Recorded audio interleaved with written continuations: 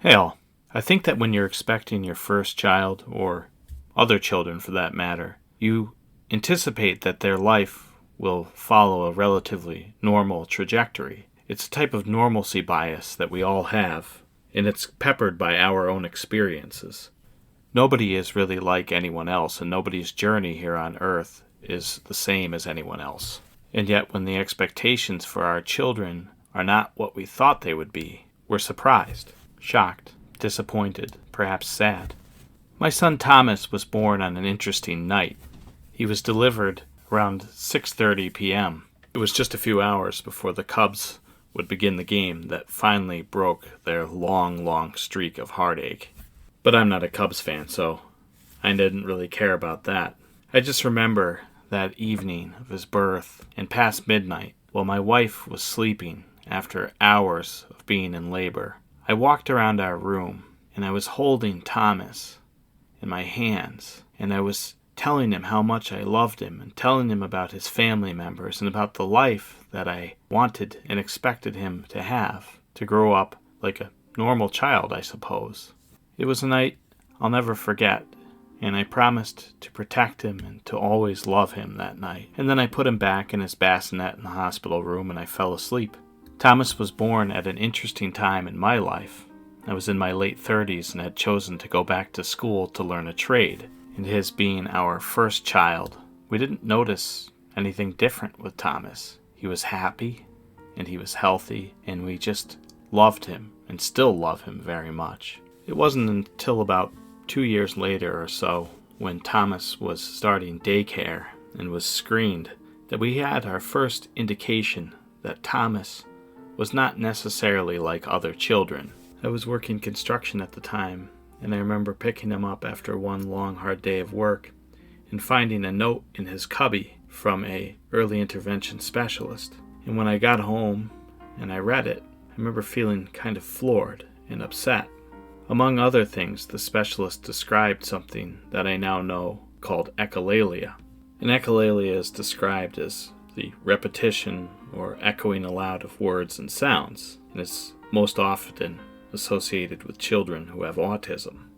And I have to admit, having not grown up around anyone with autism, at least that I really remember, I never really understood Thomas's habit of repeating things to himself and disengaging from his peers and not really acknowledging other children as a sign of autism.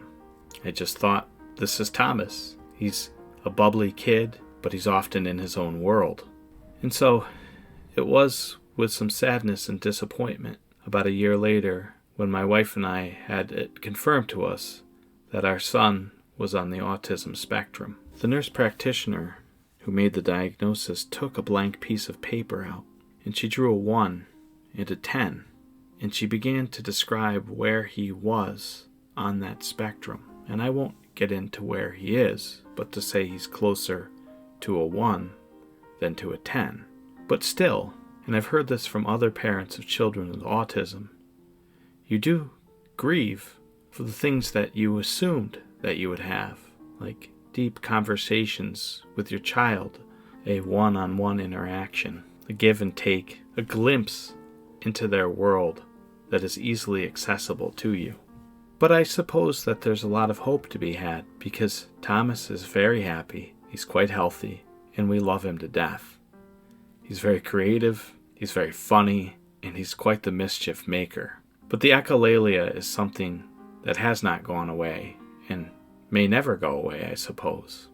For about a year now, one of the things that Thomas will repeat quite a bit is about a trip that we took, a day trip, about 2 hours away, to a bridge in Massachusetts called French King Bridge.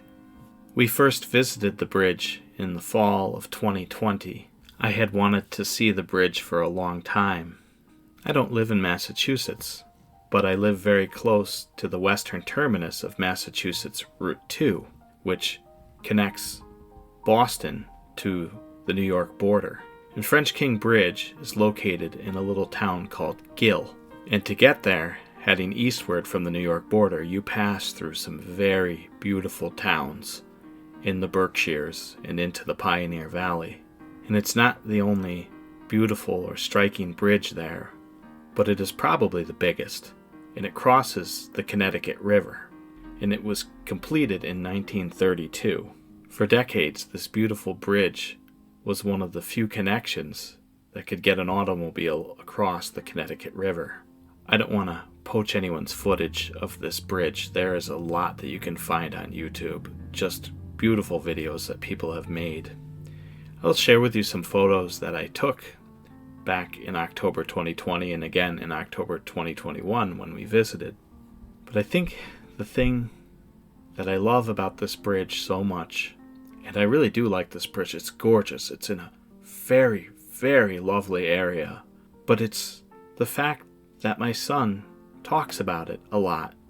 Now, a lot of echolalia might just be random regurgitations of phrases, but as my wife points out to me, on both trips that we've taken to French King Bridge, walking across the bridge or down to a little nature area below, Thomas has been in hog heaven. He has absolutely loved the trip. He's had so much fun playing with the leaves and the sticks and running around.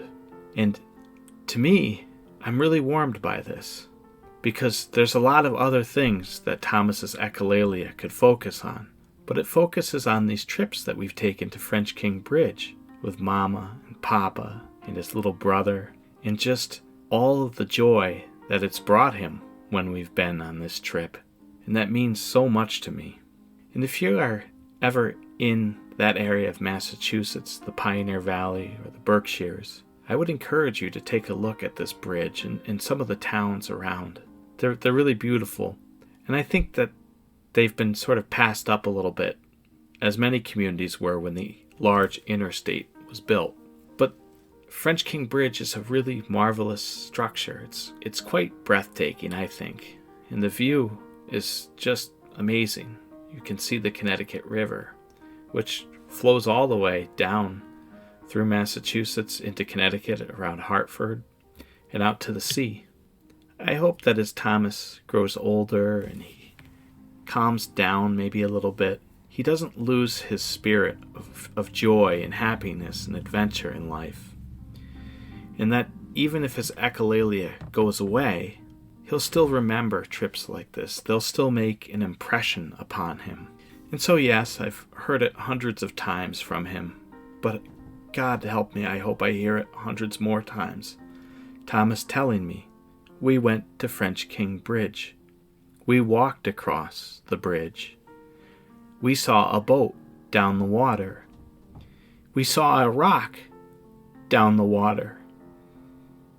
We went with Mama and Papa and Henry and Grandpa and Grandma and Uncle Tom. We had lunch.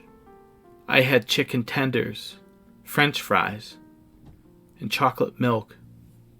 Yes, sometimes I do grieve that my child is not like many other children, but I have many things to be thankful for. He is happy, he is healthy, and he's loved by us, and he's loved by God who created him. And so I made a pledge to myself that no matter how I feel, if Thomas, who doesn't speak too much, wants to tell me about that trip to French King Bridge, that first trip or the second trip or any other trip he's taken there, or any trip he's taken anywhere, I sure as heck am going to listen, because it's quite a story to tell, and it's a glimpse into the wonderful world that he occupies. Well, thank you, and God bless you all.